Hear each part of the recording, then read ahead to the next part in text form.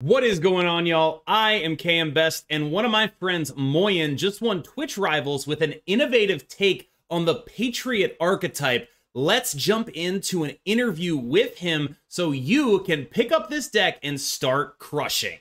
What's going on, y'all? I'm KM Best, and I am joined by Twitch Rivals champion, Moyen, a fellow member of the Snap Gods who came back to Snap on about 4 days of practice and absolutely dominated. And this is the list that he used for the no restrictions deck portion of the tournament, in which he absolutely crushed that too. Never dropped below 5 cubes. Ended up 10-0ing the final set, I believe.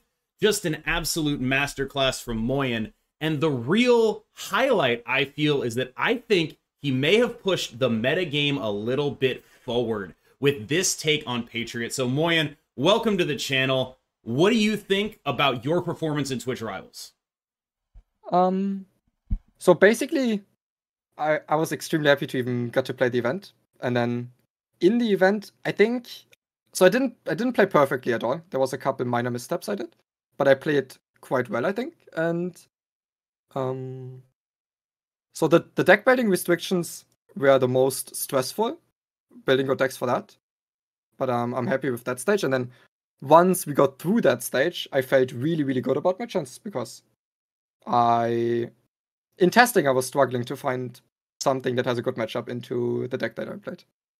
Right, so let's jump over to the deck then, because this is the other star of the show here, right? Like, this is a deck that I have been waiting to emerge for a while, and part of the reason that I've been waiting to for it to emerge is I haven't really found a good way to build it.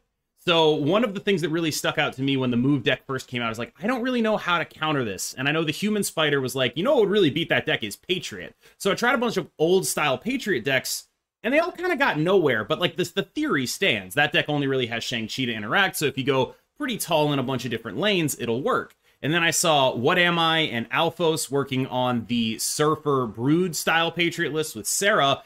And I tried those, and they were good, but I just didn't feel like they were there enough. And then I saw this. So tell me about the thought process that got you here. So what basically sparked the idea of even giving this deck a go was when I saw in a tournament stream that Kava and Alphos were hosting, or were commentating on. Lamby was up like 8 to 2 cubes or something. Yeah. And he got destroyed by someone, I don't remember their name, drawing Brood into Absman a lot, I must admit. But I don't think they were playing it too well. And I wasn't that happy with their version either. I felt like, just from first sight, there's a lot to optimize there. And it's already doing a lot of work. So that's what sparked my interest in the deck, and to test it a little bit. And then I saw Alphos really like flat earthing about the stack. Yes. And it pushed me a little bit more to actually give it the chance it deserved. And then when I played the decks into different versions of it, that a lot of people regard as currently the best decks, like Zabu Darkhawk and the Angela Craven move deck. Yes. I was struggling with all of those decks, and I still didn't feel like it was the optimal version of the, whatever you want to call it, Forge Boot Absman package. Yeah. And so I got closer and closer to optimizing and figuring out what cards should and shouldn't be in. And then at the end, I arrived at the stack. Armor's the tech slot. All of the rest is pretty much core, in my opinion. And then you even have a tech slot to tech for whatever you want. This deck felt absolutely incredible. Okay, so I do want to talk generally about why this deck matches up into the move deck well, because I agree with you that I felt like Darkhawk was just, like, kind of dead. Like, not necessarily actually dead in terms of people would still be playing it, but I felt like it was kind of dead in terms of I would never want to take it anywhere. I would rather just play, like, because the move matchup for that deck is just very, very tough to deal with, and everyone's sort of, by attempting to beat the move deck, is also doing things that are generally pretty good against Darkhawk as well, it feels like. So, like, Darkhawk is a, like, extremely powerful and good deck. It's just sort of poorly positioned in such a way that I would not want to take it to a tournament like this, bar deck building restrictions. So, this matchup into the move deck is really what I want to talk about. What is it that makes it so powerful in that matchup? Honestly, it's just the better deck. It's nothing specific about this deck, like perfectly lining up against move. That's not even my point. I think this is just a level above the move deck, and the move deck cannot keep up with what this deck is doing, and there's not a lot of counterplay to what this deck is doing either. It's just numbers. So the move deck is basically consistently putting out numbers. You basically never miss on putting out a decent amount of numbers, but the ceiling is so much lower. And if this hits a ceiling that's higher than what the move deck can reach, it gets to milk that a lot. And even if it doesn't hit, it still has ways to put up a similar amount of points as the move deck. So I want to talk about some of the specific choices you made here. Scarlet Witch was there as a sort of prophylactic against high evolutionary, Moon Girl, Infinite type stuff. You described that as a complete flex slot. It could be Scarlet Witch, it could be armor targeted, of course, at the Deadpool decks, and it is, in my opinion, the better tech there, because they tend to try to blow stuff up on 3, meaning Cosmo is almost always going to be too late. You're throwing priority pretty consistently with a deck like this. You're only playing like a Forge or a Mr. Sinister most of the time, so you're not really going to be able to Cosmo their stuff. What other cards would you consider in that spot, and for what other matchups? So the card that doesn't have a specific matchup, that's like, okay, I don't actually want this to be a tech card, I just want this card to be decent, I would say is Nakia. And I tested a lot of Nakia, and it didn't actually make the cut, but Nakia was like very, very decent in this. Because basically you want a 3-drop that's good to play on turn 3, except Brood. So right now you have Brood that's very good to play on turn 3, and then Patriot that's okay to play on turn 3. But you don't have a different one. So having another 3 was quite good. That's good on 3. The problem is it wasn't that crazy on turn 6, if you go double 3. I was testing Sarah a lot to go potentially 3 drops on 6.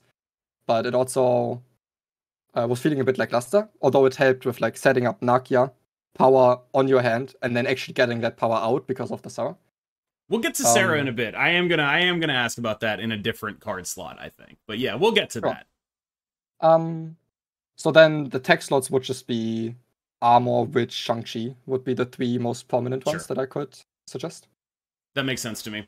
So let's move on to that Sarah slot, which in your list is Blue Marvel. And the second I saw this, I was like, how did I miss that?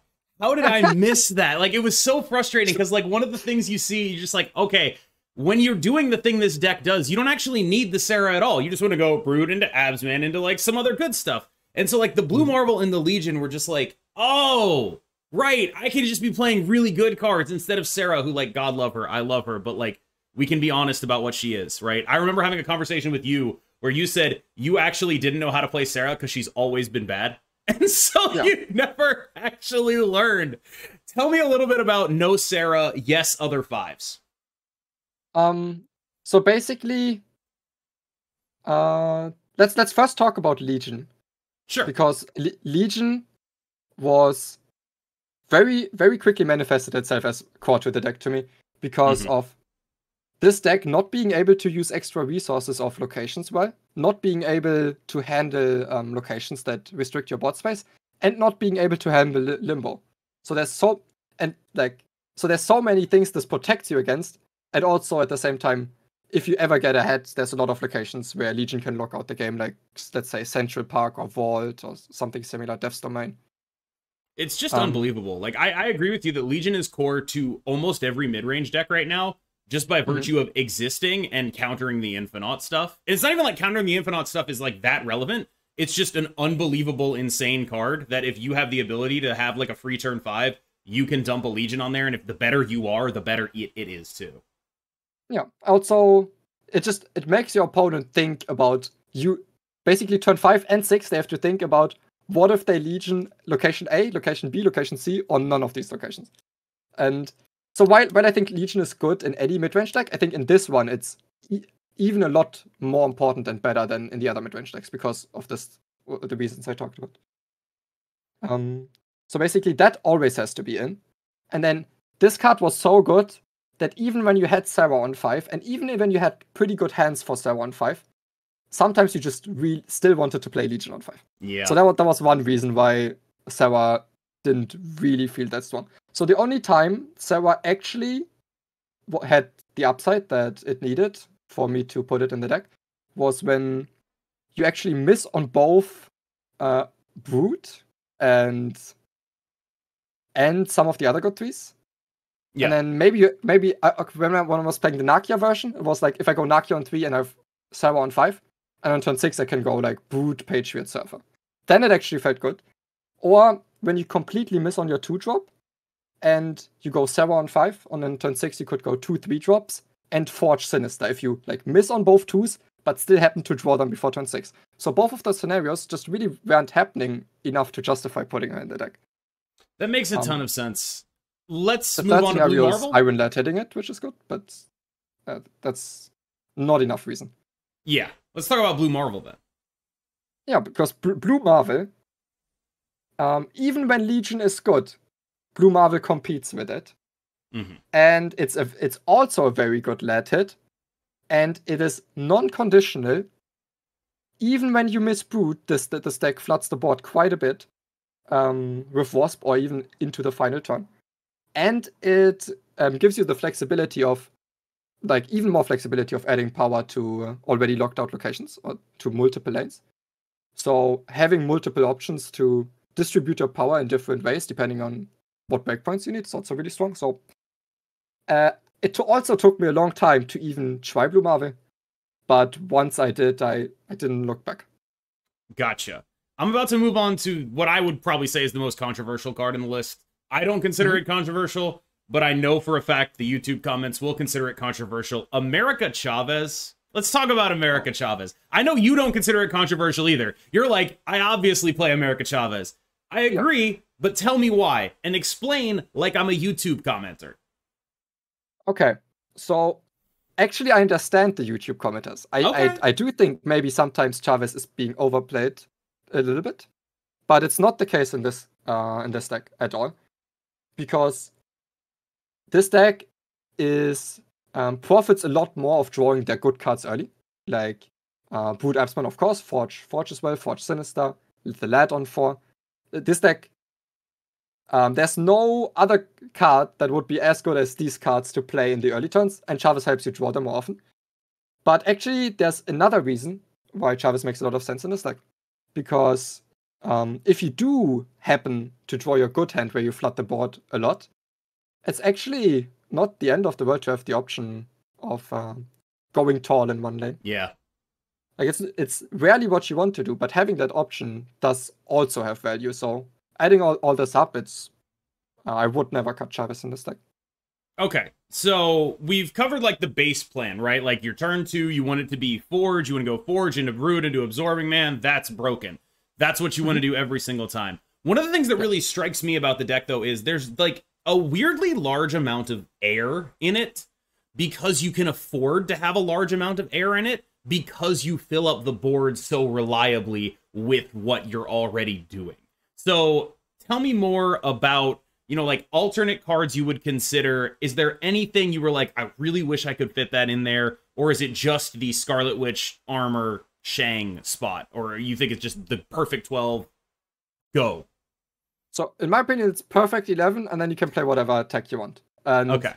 There's nothing that jumps out. I tried a lot of different cards. I tried like Fantastic.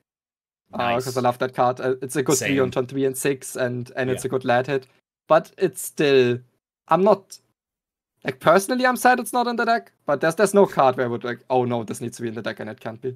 Otherwise it would be in there instead of the tech card. We don't always need to have a tech card.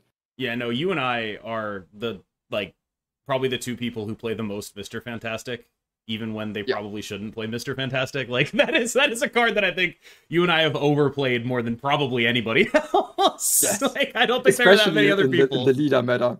The leader meta was like fantastic every deck.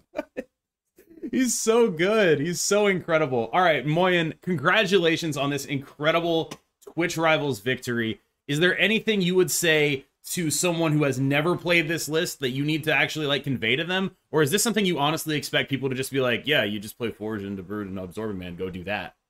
What would you tell people? So basically, I think at least the vibes that I got was that this deck was regarded as, okay, when it does draw really well, it is really good and everyone knows that, but it's still not a good deck because it doesn't do that often enough. So what I think makes this deck a lot better is that than people think, is that you don't need to draw the ultra nuts. And there's a lot of different ways to draw very strong hands that are snappable and very promising. So if you misbrood and even if you have like Forge Sinister Absman or Forge Sinister Iron Lad, even if you miss on Forge Sinister and okay, let's say you miss on Forge and the Brood, even if you go Sinister into Patriot, you're completely in the game. It's not like if your opponent steps, you need to immediately retreat. The deck still can win a lot of games of its mediocre hands, which is, I think, what people underestimated about this deck. So what would you be scared to see? You said you tested and you didn't find anything that had a good matchup into this. Was there anything that you were like, oh man, I don't like that? Because I feel like when I think of things I'm scared to see, it's like, all right, Infinite deck when I don't have Scarlet Witch, Deadpool deck when I don't have armor. Mm-hmm. Other than that, so I think the double She-Hulk Infinite deck you still beat without Witch, Legion, with Legion, but you just beat it even harder with the Witch. I actually think after X23, this might be a little bit controversial, but I think the Deadpool Taskmaster Null Destroy type deck, I think that deck's really, really scary now. And I agree that it's scary. It's definitely scary. Yeah, but because I tested this matchup without so when I didn't have armor or Shang-Chi, it was very, very hard to win against that deck. When I had Shang-Chi, it was quite close, and with armor, it was favored. So yeah, that makes sense. I think I also that deck, it's not just good against so the Deadpool deck isn't just good against this Brood deck. I actually think that deck's really good against anything that doesn't want to play Armor Cosmo, or say doesn't want to tech for it. I think it is just a really, really strong deck. So if you expect, do you actually think Cosmo's enough? I know we're getting a little off topic here, but do you actually think Cosmo's enough? Whenever I tried it, I was like, oh, I need armor. Cosmo does not do it because they always have Cryo. Yeah, I think Cosmo helps a lot less than armor helps. Yeah, that was my impression, at least. Like, because even in this deck, where it's like we have synergy with 3-cost cards, we would play armor before Cosmo every single time. And yes. Like I do agree. I do think, Shang-Chi obviously does a lot to make some of the lines that deck takes less productive. But I do agree that when that deck works, and I do think they should probably be playing America Chavez so that they work a little bit more. I agree. I also play Chavez in that. I think it works a decent amount of time. Yeah, it works a decent amount of the time, and it goes tall in weird ways. Yeah. Okay. This is completely new topic. But before that, whenever they dropped Deadpool, you were sad, right? And you were like, well, they could have a hand that isn't beatable. But now they have 2 1-drops in X23 and Deadpool, and if they drop either of those, you're feeling like, okay, this is actually a little bit scary. And then there's a lot of locations that are so good for the Destroy deck that they can just snap you out just from seeing those locations. Like a lot of the Destroy themed locations and Showy Snap. Okay, new deck. Yeah, no, I've started approaching playing against that deck a bit like playing against Mr. Negative, where what they do is more important to whether or not I snap than what I do. Like what I do almost doesn't matter. What they do is the thing that matters, and that's a really powerful position to be in. It's also how I approach playing against this deck, right? It's about like whether you hit those incredible power spikes that are just incredibly hard to actually combat. And so I think that is like a really important aspect of why this deck is strong. After that little digression, Moyen, tell them where they can find you. Can find me on Moyen_HS on Twitch, and same handle on Twitter. I recently changed my YouTube handle, but I haven't done videos recently. It's Moyen CG now. Oh, one day you'll graduate from high school. It'll happen. You'll make it to middle school like me.